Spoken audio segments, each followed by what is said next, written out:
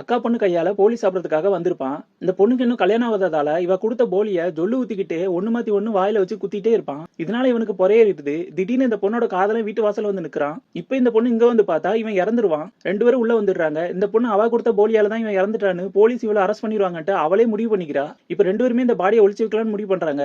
இவன் ஆல்ரெடி பண்ணையார் வீட்டுக்கு போலீஸ் சாப்பிட வரேன்னு சொல்லி இருந்திருப்பானா. அதனால இந்த லவர் இவனோட பாடியை பண்ணையார் வீட்டு தோட்டத்துல கொண்டு வந்து போட்டுடுறான். தோட்டத்துல காவலுக்கு இருந்தவனுவன் திருடன் உள்ள வந்துட்டான்னு நினைச்சு என்ன ஏதுன்னு பார்க்காம கட்டை எடுத்து அடிச்சிருவாங்க. நம்மளாலதான் இவன் இறந்துட்டான்னு இவங்க நினைச்சுப்பானுங்க. அப்போ ஒரு சின்ன பையன் இவர் கங்காக்காவோட மாமான்னு சொல்லிடுவான். உடனே இவனுங்க இதுக்கும் நம்மளுக்கு எந்த சம்மந்தமும் இல்லன்ட்டு பாடியை நேரா கொண்டு போய் கங்கா வீட்டு வாசல்லே போட்டுறாங்க. அந்த பொண்ணு எதிர்த்தியா வெளியே வந்து கதை திறந்து பார்க்க இன்னும் பாடி இங்கே இருந்த உடனே இவனை தட்டி எழுப்பி விடுறான். இவனுக்கு சரியான கன்ஃபியூஷன். நான் அங்கதானே போட்டு வந்து திருப்பி இப்படி இங்க வந்துச்சுன்னு தெரியாம திருப்பியும் பாடியை தூக்கிட்டு போய் சேர்மனோட தோட்டத்தை கொண்டு போய் போட்டுறான். வரும்போது அங்க இருந்து ஒரு சைக்கிளை வேற தூக்கிட்டு வந்துடுறான். இப்ப வீட்டுக்கு வந்து தூங்க ஆரம்பிச்சிடறானா. தோட்டத்துக்கு பாதுகாப்புக்கு இருந்தவனுவன் வழக்கம் போல திருடுதான் உள்ள வந்துட்டான்னு நினைச்சிட்டு யார் என்னன்னு பார்க்காம இவனை அடிச்சிடறாங்க. நம்மளாலதான் இறந்துட்டான்னு நினைச்சிடறாங்க.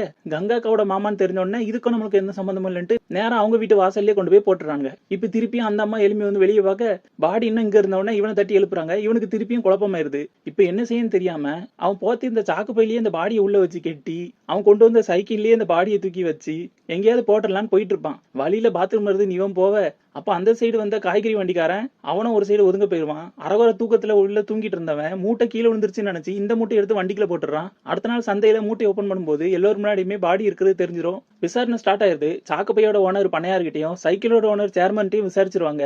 கடைசியில இந்த பாடி கங்காவோட மாமாவோடதுன்னு தெரிஞ்சுக்கிறாங்க. கங்காவையும் கூட்டு வந்து விசாரிச்சாச்சு. கடைசியில பண்ணையார் கூட வந்த ரெண்டு பேர் மேல டவுட் ஆகி அவங்களை போட்டு வெளுத்து கட்டும்போது இந்த கொலையை அவங்க தான் பண்ணன்னு ஒத்துக்கிறாங்க. என்ன நடந்திருக்கோனா பண்ணையாரோட தங்கச்சி புருஷனை இழந்து வீட்டுல தனியா வாழ்ந்துட்டு இருக்கா. அவட்ட கிண்டல் பண்றேன்ற பேர்ல ஏடா கூடமா பேசியிருப்பான். அதனால அவ வருத்தத்துல அவங்க அண்ணன் போய் அழுதுட்டு இருக்கா. உடனே அவங்க அண்ணங்காரன் இந்த திட்டத்தை போட்டிருக்கான். போலியை தின்னுட்டு பொறையேறிட்டு இருக்கும்போது துண்டை வெளியே இருந்து பிடிச்சி கழுத்தை நெரிச்சிருக்காங்க. அதனால அவன் இறந்திருக்கான். இப்ப கங்காக்கா வந்து நம்ம தப்பிச்சிட்டோம்னு நினைச்சுக்கிறாங்க. கடைசி இவங்க ரெண்டு பேரும் கல்யாணம்